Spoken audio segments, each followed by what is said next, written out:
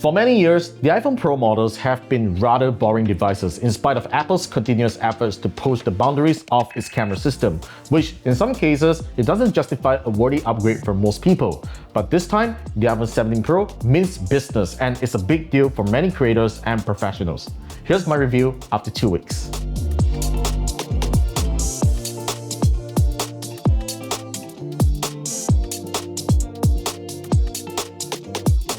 When I first saw the iPhone 17 Pro at Apple's keynote, I was a little skeptical when Apple made the switch from the titanium build to aluminum, as it would have made it heavier. But quite the contrary, I find the aesthetic and grip to be rather similar to my iPhone 16 Pro, and once I slap on the Mova snap case, it feels even better to hold than without a case. Not to mention, it also offers better tactile on the buttons and camera control.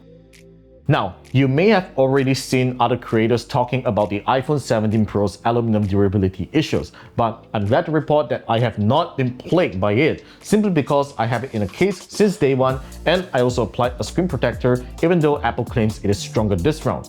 Because you can never trust a manufacturer's claim entirely. Otherwise, I have to say that the iPhone 17 Pro's design is a rather interesting one with an aluminum frame and a small piece of frosted glass on the back that gives it a unique two-tone color design. And the cosmic orange color I got here continues to look super attractive and I like it.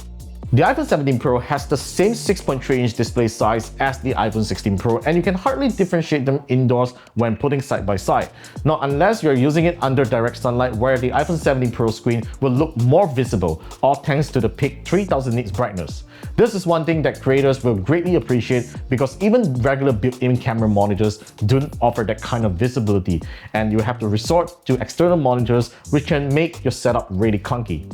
To add on, you can also now disable PWM dimming in the accessibility settings, which can make viewing in low brightness more comfortable. There's no doubt that the iPhone 17 Pro is a really powerful smartphone with the A19 Pro chip. It also has more RAM than before at 12GB, which gives it an advantage at multitasking, doing more intensive tasks such as video editing, and running on-device AI models. Though the performance gains can hardly be felt in the real world when compared to the iPhone 16 Pro. One thing that I am really happy about the iPhone 17 Pro is that it can sustain heavy workloads better, all thanks to the vapor chamber and the switch to aluminum, which can help dissipate it better, and is especially noticeable when you're doing extended gaming sessions or using the camera under extreme hot weather. In fact, the iPhone 17 Pro scored an impressive 86.7% stability score in the 3D Mark Wildlife Extreme Stress Test, even when putting a case on. It beats every Snapdragon 8 Elite phones and gaming phones I tested this year.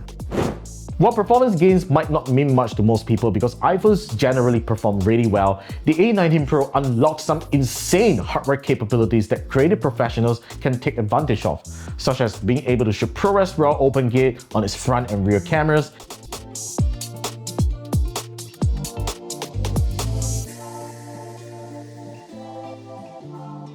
and Gen-Lock support by syncing multiple iPhone 17 Pro cameras together to create a cinematic action shot, which, if you consider the current state of flagship Android phones, none of them have taken advantage of their flagship processors to this extent. It is an impressive technical feat that you really have to give credit to Apple.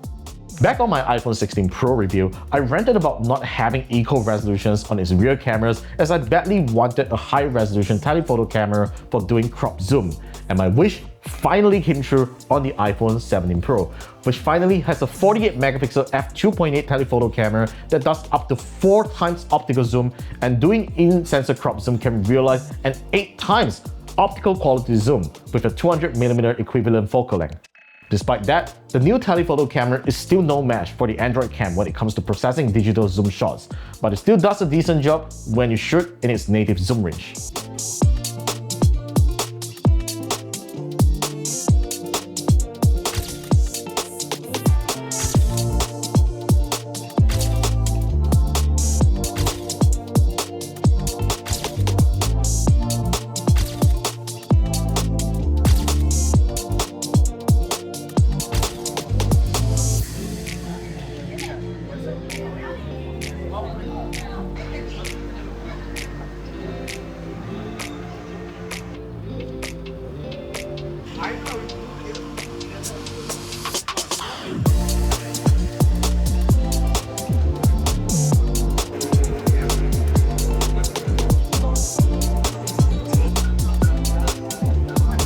The telephoto camera does extremely well in the video department, as I can get super close to subjects with that 8x zoom with very minimal detail loss. It is particularly useful when I'm doing street shots like this discreetly, which no other telephoto cameras on phones can achieve.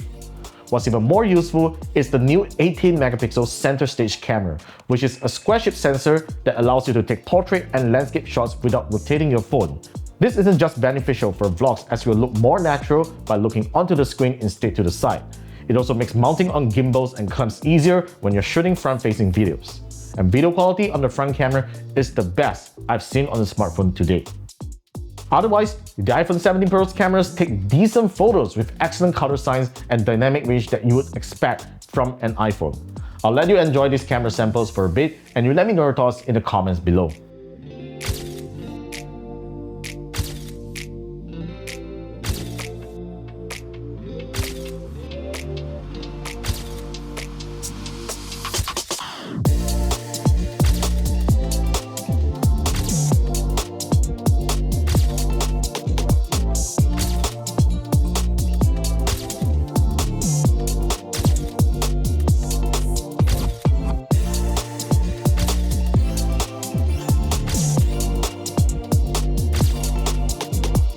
Battery life on the iPhone 17 Pro is about the same or slightly better than the iPhone 16 Pro, as I can easily get through the next day with moderate use and around 6 hours of screen on time on a single charge. I also noticed better standby times than my iPhone 16 Pro, which is all thanks to the new TSMC 3nm N3P process that improves power efficiency, a larger battery, and possibly the Apple N1 chip that handles wireless connectivity more efficiently. I'm also happy that it supports up to 40 watts fast wire charging with a USB PD 3.2 charger and 25 watt Qi 2 wireless charging. The iPhone 17 Pro is the most exciting upgrade that Apple has ever done on a Pro iPhone. Even though I'm not the target audience for most of the Pro features it can do, I'm just so impressed with its content creation capabilities, as it can possibly inspire a filmmaker or content creator to create a masterpiece without the need to invest in expensive cinema cameras and lenses. And if you think about that, the iPhone 17 Pro's starting price isn't expensive at all as compared to a mirrorless camera and a lens. I'm sure we'll see a lot more movies, music videos, and short films shot on the iPhone 17 Pro, and as time goes on, I can foresee the Pro iPhones to be a serious contender to cinema cameras. So that's all for my review of the iPhone 17 Pro. Let me know your thoughts in the comments down below, and be sure to subscribe to our channel for more videos coming right up, and I will see you in the next one.